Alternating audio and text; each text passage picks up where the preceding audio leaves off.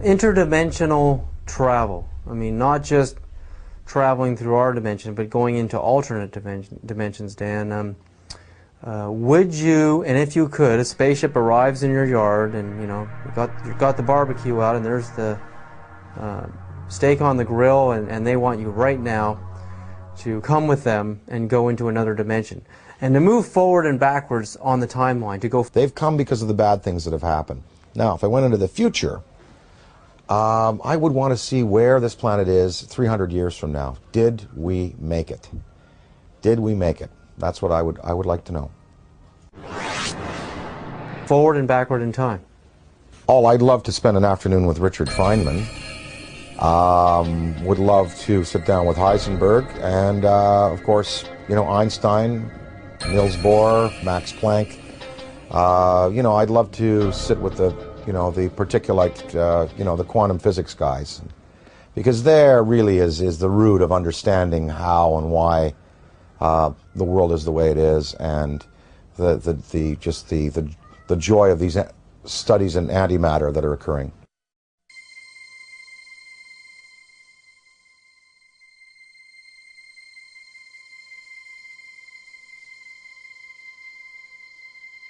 One you picked is a physicist, a scientist, and I often think about how spirituality and science are merging, how they're kind of coming together. I mean, what ancient civilizations thought of a universe was really the Earth and the Sun and a few planets.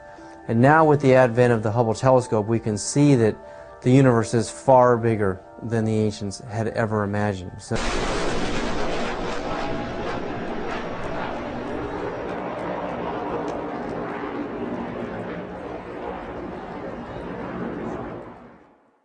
the Avro-Arrow story, Dan, I mean, you appeared in a movie about the Avro-Arrow story.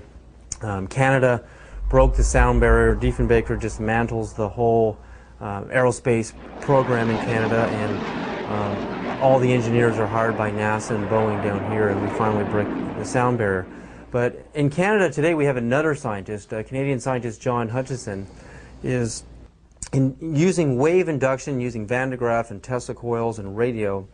On a 75-pound cannonball, we can see this huge cannonball levitating in the air. I mean, Boeing, NASA, Lockheed, all of these defense contractors are going up into his lab in Canada and trying to understand how this thing works, because the next person or the next country that figures out true anti-gravity propulsion systems is going to be king of aerospace on this planet.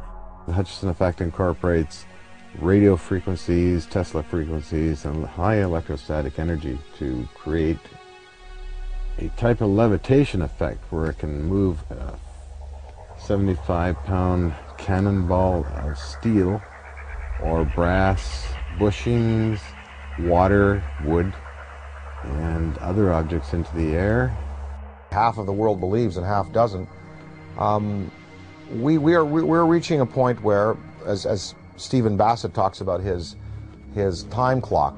It's like the nuclear time clock that we had in the 50s before we blew the world, before we blew the world up. The theory that once the hands got to midnight, that's when all the nuclear weapons in the world would be discharged. Well, we've stopped that nuclear clock, thankfully.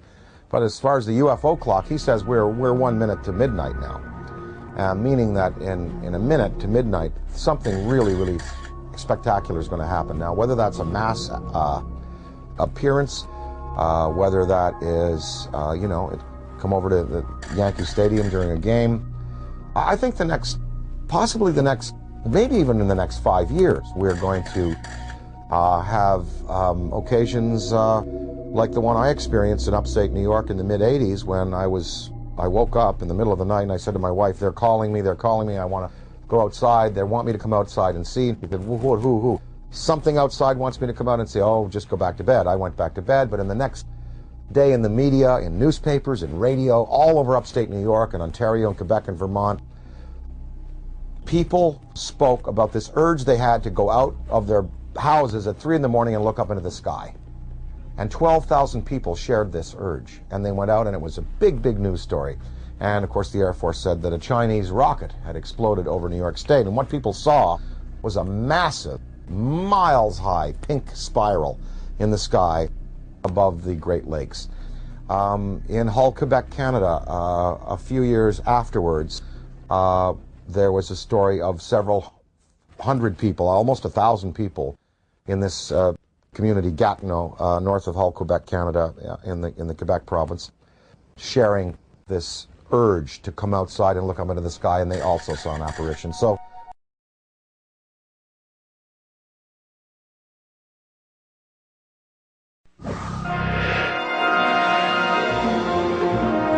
For devotees of flying saucers, June is a very special time. It was fits of UFOs and aliens among us began filtering in. A number of opinion polls suggest that as many as 48% of all Americans believe that aliens visit Earth. That could mean that there's a ready market for Dan Aykroyd's latest film, but this is no Conehead reunion. It's a documentary, Dan Aykroyd, Unplugged on UFOs. Anderson recently spoke with Aykroyd and producer David Sarita. So you really believe that UFOs exist? Why? Well, I think the preponderance of anecdotal evidence from pilots, from law enforcement people, from people who have had experiences and sightings. I think also my own experience. I've had a high altitude sighting with 3 other people, and it definitely wasn't a helicopter, a jet. Now, of course, you know, a professional would discount my sighting and say, well, you don't really know. And I can't sit here and tell you 100% that I saw a craft that was created by beings from another planet outside of our sphere of technology. I can't tell you 100%. I can just tell you what I saw and what I feel. Mm-hmm. They're here. They're looking at us in a petri dish, and I gotta say, the way mankind is behaving, they're probably very disappointed. David, why did you make this documentary? Well, actually, in 1968, I was 7 years old, walking home from elementary school, and all these people were pointing up in the sky at this metallic dish-shaped UFO with a little, knob on the top, and it was clear. This thing was down low, 3,500 feet. If I had had a video camera back then, it would have been some of the best footage we've ever seen to date. And when you see one of these things, 20 clear minutes, people were pounding on the neighbors' doors, get out here, look at this thing. And when you look at it and you replay that in your memory, it's beyond all the videotapes and the photographs. It's so real to me, and it was so real to me at such a young age that I just couldn't ignore it. So I was engaged at 7 years old into this phenomenon. In the film, Dan, you talk about a personal experience that you had. I just want to play some of that from the movie. I woke up in the middle of the night and I said to my wife, they're calling me, I want to go outside, they want me to come outside and see. He said, who? Something outside wants me to come out and say, oh, just go back to bed. I went back to bed, but in the next day in the media, in newspapers, in radio, all over upstate New York and Ontario and Quebec and Vermont, people spoke about this urge they had to go out of their houses at 3 in the morning and look up into the sky. Come on, is that for real? Yeah, you could research that. It was in the mid-'80s. In fact, it was a pink spiral that appeared in the sky. People went out, telepathically urged like I was. I didn't go, schmuck. And they went out in the sky, they saw this pink spiral in the sky, huge, miles, like 2 miles long, and the Air Force said it was a Chinese rocket. Isn't this sort of one of those things, it's like the Kennedy assassination? I mean, there are people, no matter what evidence is put forward of that there is no evidence, or that the lights turn out to be a plane or a helicopter or something, or just a natural phenomenon. Balloon, all the old excuses. There's nothing. This argument can never be settled. Half the world believes in the latest polls, and half doesn't. Right. And those who don't will never believe. Now, you show them everything, and they're not going to until they're taken up themselves, or the guy walks up and shakes their hand, or probes them, or whatever they do. But I mean, look, do you believe those people who? I mean, there's all these people who claim to have been abducted by aliens. I believe them. Do you really? I don't believe all of them, but I was in a room at the Fifth Avenue Medical Institute with John Mack and his staff, and his assistant, his clinical assistant, got up and gave a 15-minute presentation that was absolutely riveting. Here is what people are telling us. John Mack was a Harvard psychiatrist. He discovered this through work in hypnosis, and he saw people were regressing and telling these stories. It's all the same. Now, is it a mass hallucination? Some people say it's sleep terror. Right. There are people who said, well, I woke up, I couldn't move, I was paralyzed, it was the aliens who did it, and the doctors say, well, that's sleep terror, you wake up, you feel you can't move. It could be, but I have people that I believe are credible, that claim they've been taken, that have the scoop marks, and that have been implanted.